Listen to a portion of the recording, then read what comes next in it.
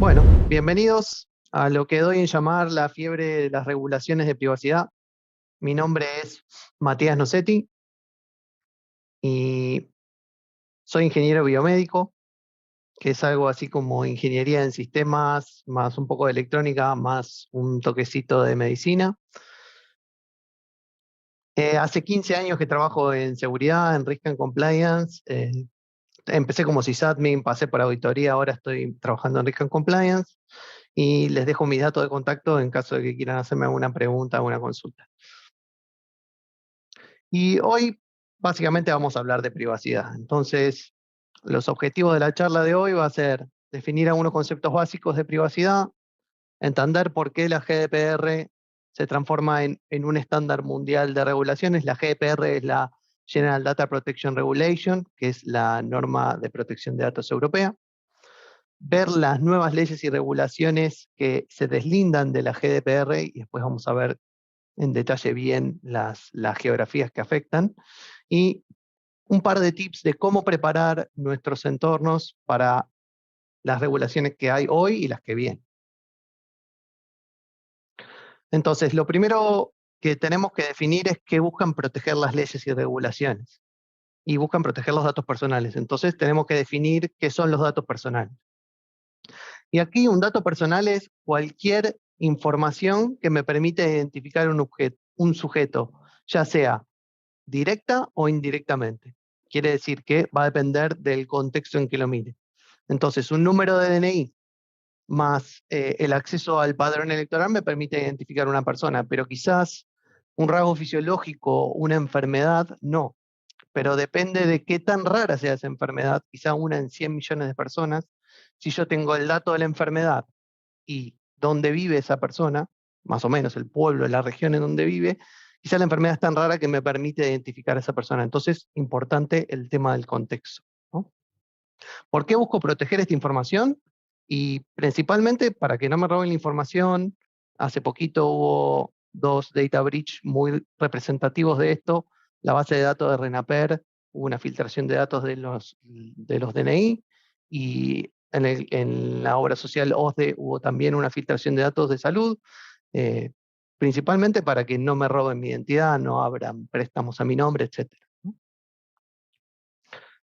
Vamos a ver un poquitito cómo era el mundo previo a la GDPR y en sí previo a las regulaciones en donde realmente había un enforcement de la regulación. Y era un poco como el mundo sin abogados de los Simpsons, pero sin abogados porque las empresas que colectaban la información no necesitaban de los abogados para intervenir. Y vamos a definir 4 conceptos que están en la GDPR y estaban en otras regulaciones antes, eh, como para entender cómo era el mundo antes y cómo es ahora, ¿no? El notice es una información que se me debe presentar a mí antes de que yo ingrese mis datos personales en cualquier sistema informático, en donde se me explica a mí cuál es el propósito por el cual me piden la información, con quién se va a compartir, dónde va a estar geográficamente esa información, por cuánto tiempo se va a almacenar, entre otras cosas, ¿no? Eh, Antes de las regulaciones y antes de la GDPR, este lenguaje, si sí se me mostraba, estaba escondido en algún pequeño link Arial 0.25, eh, y en sí tenía un lenguaje, una jerga legal, ¿no? Quizá en pos de protegerse legalmente, tenía una jerga legal que lo hacía incomprensible para el ciudadano común, ¿no? Consentimiento. Consentimiento es una acción positiva, afirmativa, diciendo estoy de acuerdo con que se use mi información para el propósito que me estás explicando. Eso antes de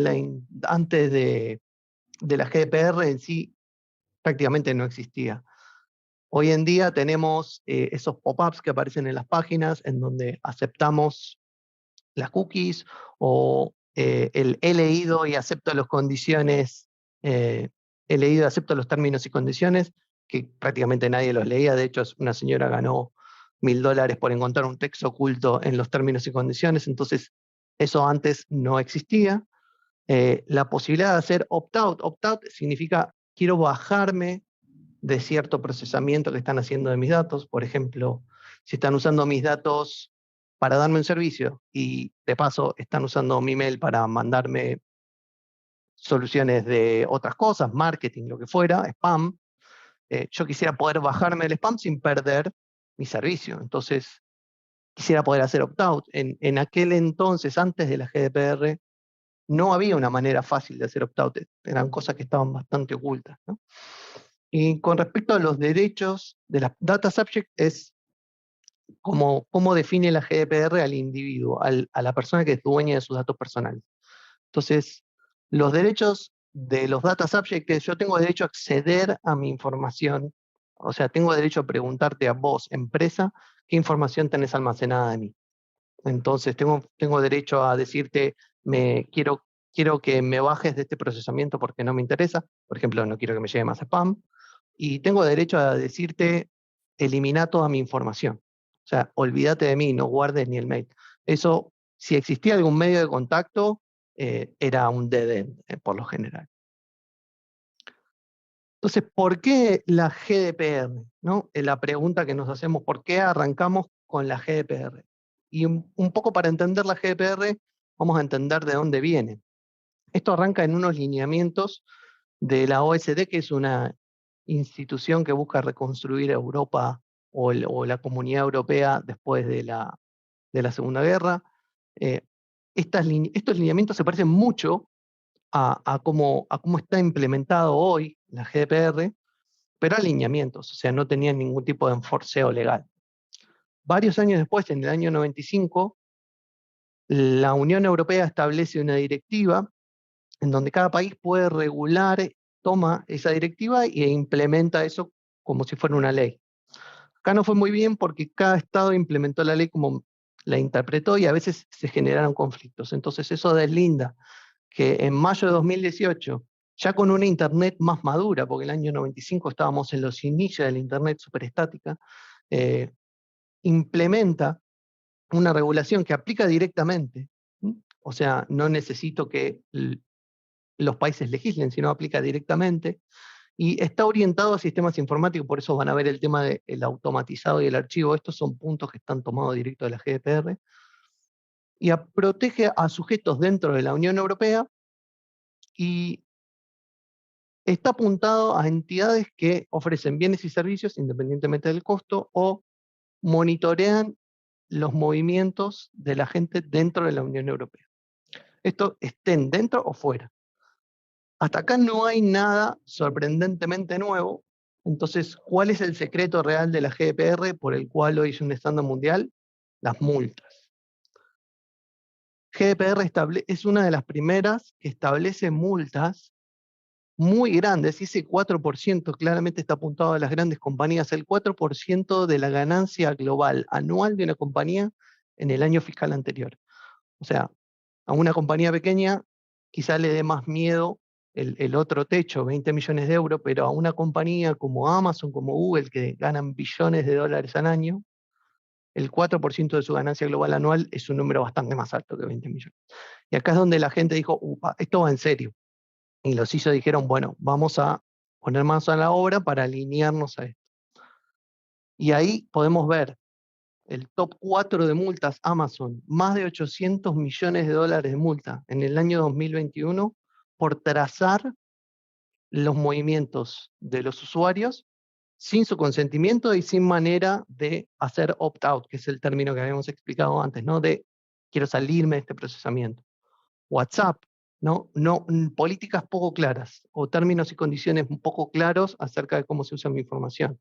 Google y Facebook, no hay una manera fácil de hacer opt-out de las cookies. No puedo bajarme, las cookies son como elementos que me permiten a mí almacenar cosas en mi máquina, cosa de que yo pueda mantener un historial, una sesión entre el servidor y mi computadora, ¿no? Y ese es el momento en donde empiezan todos a recibir, hemos actualizado nuestras políticas y necesito que las leas y las aceptes, ¿no? Por eso el cosito de 9gag. Y así en comparativa, en nuestra ley de protección de datos que se aprobó en el año 2000, se establecen techos de multa de 100.000 pesos, ¿no? Y esto es lo que dispara como la fiebre del oro en California en el 1800, dispara como una fiebre de privacidad. en donde muchos países empiezan a replantearse diciendo, ok, debería revisar mis leyes, debería revisar mis regulaciones de privacidad. Los principales actores inmediatamente después de que se aprueba la GDPR, Brasil con la Ley General de Protección de Datos, en donde establece multas también del 4% para las empresas o 50 millones de reales.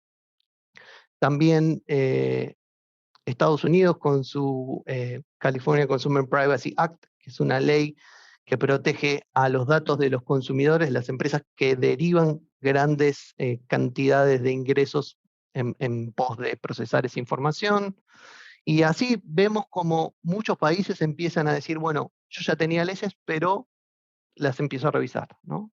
Rusia, China establece un 5% de multa por encima de lo que establece la GDPR. Entonces, esta es como la fiebre o la onda expansiva de GDPR, ¿no? Entonces yo estoy armando una aplicación, una solución, lo que fuera, y me pregunto, ¿quiero colectar datos personales en base a que todo el mundo se está revolucionando y estableciendo límites y normas? Y la verdad es que puedo colectar. El tema es por dónde empiezo. Con este tema de fiebre de privacidad, que, que todos los países toman grandes porciones de la GDPR para revisar y establecer sus nuevas leyes. Nos conviene quizás establecer la GDPR como base y apuntar a un mercado particular y estudiar las leyes particulares de ese mercado. Va a ser más fácil que hacerlo a la inversa, ¿no? Entonces, ¿cómo sé qué ley y regulación me aplica para lo que yo estoy haciendo? Primero, tengo que tener muy claro qué tipo de datos voy a colectar. Voy a colectar nombres, direcciones, teléfonos, número de tarjeta de crédito. ¿Qué voy a colectar? Después vamos por el lado izquierdo. ¿De qué países viene esa información? Tengo que establecer bien de qué países y mismo dentro del país, de qué provincia o de qué estado viene. ¿Por qué? Porque hay leyes a nivel país, pero también hay leyes a nivel estado. Los estados a veces agregan modificaciones que no contradicen a la ley país, pero agregan requerimientos adicionales, como el caso de Canadá, en Alberta, en British Columbia, Nueva Escocia, o en Estados Unidos en sí, cada estado puede tener una ley diferente y California es uno de los principales actores en la parte de privacidad. Entonces, estudiar bien qué pasa en la ley de California, ¿no? Y después vamos a analizar del tipo de datos que tengo yo. ¿Hay alguna regulación que aplique en sí al tipo de datos solamente? Entonces, por ejemplo, PCI. PCI es Payment Card Industry. Es una regulación que aplica a las entidades que procesan datos de tarjeta de crédito, ¿no? Entonces yo quiero operar con Visa, con Master, con alguna de las grandes tarjetas de crédito, normalmente me van a exigir la compliance con esta regulación. Es independiente de dónde esté el dato en el mundo. Esto es para números de tarjeta de crédito. Y HIPAA es una ley estadounidense que protege los datos de salud asociada con los proveedores de salud, ¿no? Entonces, ya sé qué tipo de datos tengo yo que voy a usar en mi aplicación. Entonces, ¿dónde arranco a armar la privacidad de mi solución? Primero, entender el propósito. ¿Para qué voy a usar la información? ¿Cómo puedo minimizar la cantidad de información que estoy pidiendo? Ejemplo, estoy pidiendo la fecha de nacimiento. ¿Para qué la voy a usar? Para apuntar una campaña de marketing para saber si esa persona está entre 20 y 30, 30, 40, 40, 50 y apuntarle una campaña distinta. No pido la fecha de nacimiento. Le pregunto, ¿en qué rango en qué rango de edad estás? Con la fecha de nacimiento podría llegar, más otras informaciones, podría llegar a identificar a esa persona. Con el rango etario no, es imposible. ¿Bien? Entonces, pedir la mínima información. Después, ¿cómo me aseguro que esa información no se use para ningún otro propósito? Otro ejemplo.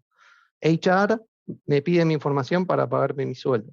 ¿Cómo se asegura HR que el grupo el sector de marketing no tiene acceso a eso para tomar mi email y mandarme marketing, ¿no? Entonces, ¿cómo protejo la información para que solo se use para el propósito para el cual fue colectada? Data Subject Rights. ¿Qué debe contener mi notice? Notice ya lo definimos, ¿no?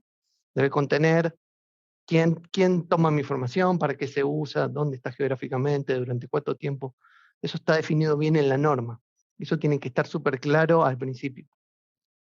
¿Cómo capturo el consentimiento? El consentimiento lo puedo capturar agregando una tilde, permitiéndome decir he leído y acepto los términos y condiciones, o mismo con el ejemplo que pongo acá a la derecha, en donde puedo aceptar las cookies, puedo aceptarlas todas, puedo aceptar una parte, ¿no? Y ahí va el tema del opt-out. ¿Cómo puedo dejar a la gente ejercer sus derechos como data subjects, ¿no? Y el tema de transferencia es un tema complejo. Muchas regulaciones y muchas leyes establecen que los datos tienen que vivir, residir en un lugar específico, normalmente dentro del territorio de la ley, y no se pueden acceder desde afuera. Entonces, es importante entender dónde están los datos y quiénes pueden acceder y desde dónde, ¿no? Para poder bloquearlo en caso de que la ley y regulación me lo impida. Después otras cosas para tener en cuenta, la regulación, la GDPR, no dice que tenemos que tener, no sé, un largo de password de 12, no establece específicamente cuáles son los lineamientos de seguridad. Establece que cada entidad tiene que aplicar medidas de seguridad apropiadas, appropriate security measures. Entonces, las appropriate security measures al día de hoy son estas. En 20 años van a ser distintas. Entonces, de esa manera se aseguran como que esa norma no haya que actualizarla todo el tiempo. CIA, que no es la agencia gubernamental, es confidencialidad, integridad y disponibilidad. ¿Qué controles puedo establecer para proteger esa triada, ¿no? Control de acceso, ¿quién accede a mi información y desde dónde? Encriptación, para que si esa información sale no se pueda utilizar o no se pueda leer sin la clave de desencriptado. Mínimo privilegio, no repartir tarjetita de administrador a todo el mundo, ¿no? Dar el mínimo privilegio para la tarea que esa persona específica está haciendo. Doble factor de autenticación, vital, hoy en día lo debería tener todo el mundo, hasta en sus cuentas personales. Antivirus y anti-malware, sobre todo en las cosas que son Windows. Data Loss Prevention es una especie de solución que me permite a mí monitorear cuando mis datos están saliendo por mail o por interfase web. Logs, ¿quiénes acceden a mi información? ¿Desde dónde? ¿Bien? ¿A qué hora? ¿Con qué ID? Todos esos logs deberían estar concentrados dentro de una solución SIEM para tener control central sobre qué está pasando. Backups. Tener backups de mi información personal, ¿no? Para no perderla en caso de que suceda algo y no poner el backup en el mismo data center donde está la solución. Backups, todos los huevos en la misma canasta, no. Backups en otro data center. Y después, algo que puede ser una charla en sí mismo, la gestión de las vulnerabilidades y la configuración, ¿no? Establecer un estándar y seguirlo. Y todo el tiempo están saliendo vulnerabilidades nuevas y eso se acelera y se acelera con el tiempo. Entonces, tener un proceso para gestión de las vulnerabilidades es súper importante. Transferencia, ya lo hablamos, ¿no? Saber dónde están mis datos, saber quién accede y desde dónde, para poder bloquearlo en caso de que la ley o regulación no lo permita. Minimización. Acá,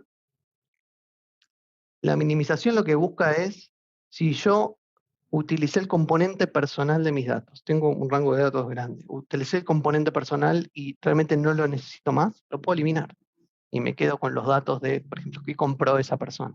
Pues la verdad no me interesa saber quién era esa persona. Ya la venta la concreté, me quedo solo con la parte estadística para saber qué vendí, ¿no? Entonces, anonimizar es elimino todo lo que identifica una persona en mi campo de datos.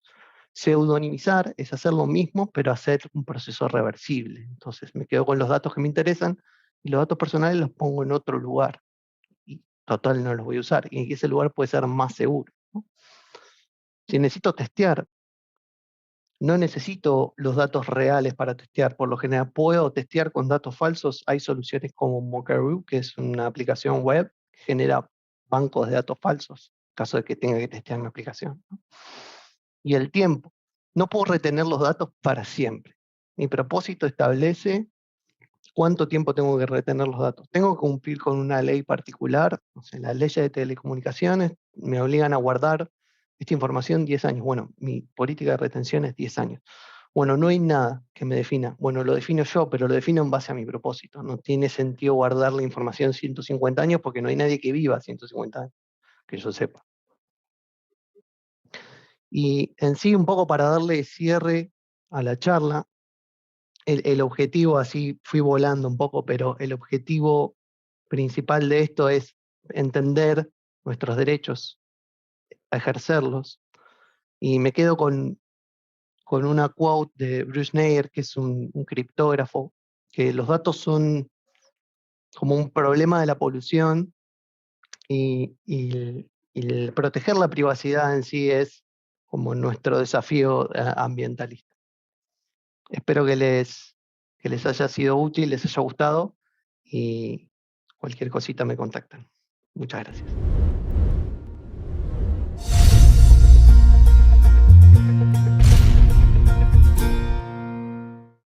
Intelligence is the foundation of any good business. But if every good business has it, how do you stand out?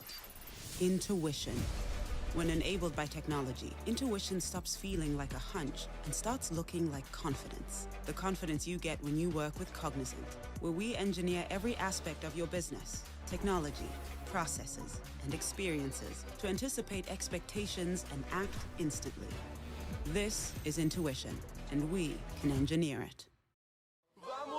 Bienvenidos al track de seguridad de nuevo y estoy acá con Matías Nocetti, que nos acaba de dar su charla La fiebre de las regulaciones de privacidad. Matías, ¿cómo estás?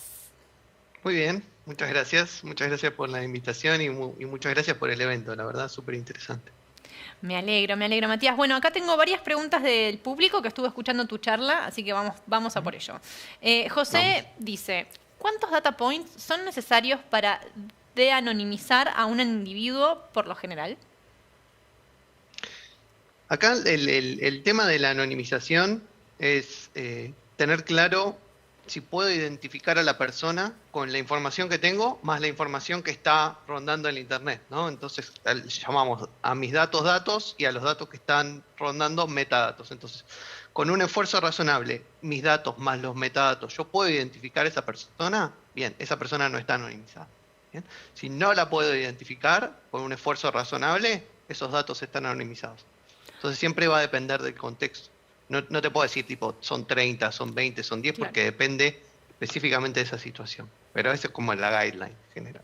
Bien, buenísimo. José también pregunta, ¿qué implicaciones tuvo la nueva política de privacidad de WhatsApp, esa que se enforció el 2021 aprox? No la leí, para ser honesto. Okay. No leí la política de privacidad de WhatsApp, pero bueno, normalmente cuando actualizan las políticas de privacidad hay que ir a ver esos puntos de los que charlamos en la charla, ¿no? De qué cambió, con quién van a compartir mi información. Seguramente capaz que agregaron gente, no sé, entidades de tercero, quién pueden compartir, cómo la van a utilizar, cuánto tiempo la van a tener. Como que cambian las reglas del juego de qué pueden hacer con nuestra información y qué no. Entonces, quizás si yo abro la política de privacidad iría a buscar como esos puntos. Bien, buenísimo. Esto es importante, leer siempre los términos y condiciones de las cosas, ¿verdad? No Andrés, sé nadie, pero bueno. Es verdad. Andrés dice, ¿qué recomendás para una startup o alguien que está empezando con su MVP para estar correctamente alineado a estas regulaciones, considerando que a veces ni siquiera hay personería jurídica aún? Un poco lo que planteé en la charla es, siendo que como que todos los países y las nuevas regulaciones están usando muchas partes de la GDPR para armar lo propio, yo arrancaría apuntando a estar como alineado a la GDPR. Y después el ejercicio va a ser decir, bueno, ¿a qué mercado le estoy apuntando? No sé, ¿le estoy apuntando al mercado de México? ¿Le estoy apuntando al mercado de Estados Unidos? ¿Le estoy apuntando, no sé, a cualquier país, ¿no? Voy a investigar qué dicen las leyes y regulaciones de ese país y voy también a nivel provincia, ¿no? Puedo apuntar a una provincia particular porque a veces a nivel provincial o estatal hay cosas que la ley tiene como una ley federal y después cada estado, cada provincia a veces agrega cosas que son más restrictivas, entonces ir a ver a ese nivel granular. Y ya con eso planteo mi solución de privacidad, ¿no? Claro. Pero si ya arranco con la GDPR, es probable que esos cambios sean mínimos o pequeños, ¿no? Es como para customizar en base al mercado que le esté apuntando. Muy bien. Luciano pregunta, ¿qué implicaciones tiene para Latinoamérica que la mayoría de los servidores y DBMS estén en Estados Unidos? ¿Implicaciones de qué tipo? ¿De seguridad, de privacidad? No aclara, pero entendería Mm. la pregunta como Mm. si nos trae alguna desventaja. Creo que viene por ese lado. En realidad hay que ver el contexto y la situación del país al que le estamos apuntando. Nuestra ley está bastante alineada con la GDPR, por Ujú. una cuestión de poder mantener relaciones comerciales, Ujú. principalmente, pero no tenemos ningún problema de residencia, no hay un requerimiento que los servidores tengan que estar en Argentina. Entonces, Claro. en sí, desde el punto de vista de la ley argentina, no vas a tener un problema porque hay datos argentinos en un servidor fuera de Argentina, ¿no? Bien, bueno saberlo. Bien, después, por ejemplo, dicen, ¿dónde puedo buscar información útil? ¿Dónde puedo buscar información acerca de privacidad? Tal vez más si tenés algún material de lectura de referencia o algo que, sobre todo para la gente que está queriendo arrancar. Sí, hay una página que se llama IAPP. IAPP. No, ahora no me acuerdo la sigla, pero si la buscan es como de la entidad que certifica a la gente que trabaja como Privacy Professional. Y en esa página suelen publicar detalles acerca de las nuevas leyes, quienes están trabajando ahora con modificar sus nuevas leyes, modificar sus leyes existentes. No sé, Canadá ahora está trabajando con el tema de la inteligencia artificial y las decisiones automáticas que toman las inteligencias artificiales en base a los datos que tienen, y cómo podemos regular eso para que no nos genere una desventaja a nosotros, ¿no? Que una máquina tome una decisión acerca de un aspecto de tu vida en base a un banco de datos sobre el cual no tenemos control, por ejemplo, que es una problemática que va a venir seguramente de acá a unos años, ¿no? Entiendo. Entonces, recomiendo que vayan ahí, iapp.com, y busquen, ponen noticias todos los días y actualizan sobre las leyes y regulaciones de todo el mundo. Entonces es súper interesante como para estar al día de lo que va pasando. Muy interesante. Matías, gracias por compartirnos esta información. Personalmente yo no sabía de esta página, así que después vamos a ir a chusmear. Te agradezco por haber traído tu charla aquí a Nerdear. De la próxima charla. Excelente. Bueno, nosotros nos vamos a una pequeñísima pausa y ya venimos. Vamos a nerdear.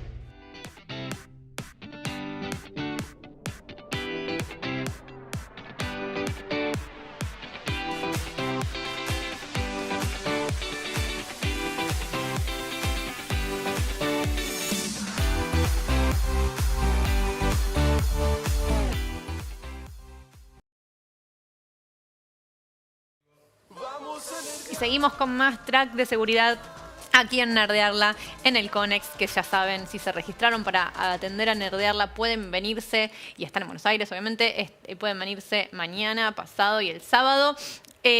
Seguimos con los agradecimientos a nuestros sponsors, en este caso Falabella, una vez más nos acompaña con su stand. Pasen, vean las actividades, tienen premios y cosas increíbles esperándoles, así que gracias de vuelta a Falabella por hacer posible este evento. También la gente de Valtech está presente hoy, mañana y el sábado y tienen un VR en su stand para que visites y vivas una experiencia virtual. Yo estuve chusmeando algunas cosas por ahí, no se lo pueden perder. Van a estar sorteando 2 Alexas, una el jueves y una el viernes. ¿Qué tienen que hacer para participar? Pasan por el stand, se toman una foto, la comparten en su historia de Instagram, etiquetan a Valtech, que es @Valtech_Argentina. Siguen a su cuenta y ya están participando y las personas que tengan mayor interacción, bueno, suman más chances de salir sorteadas llevándose estos 2 premios que están buenísimos. Y bueno, y seguimos avanzando en este track de seguridad. La charla que sigue ahora se llama External Secrets Operator, administrando secrets de forma segura. Vamos a escucharlo a Rodrigo. Vamos a nerdear.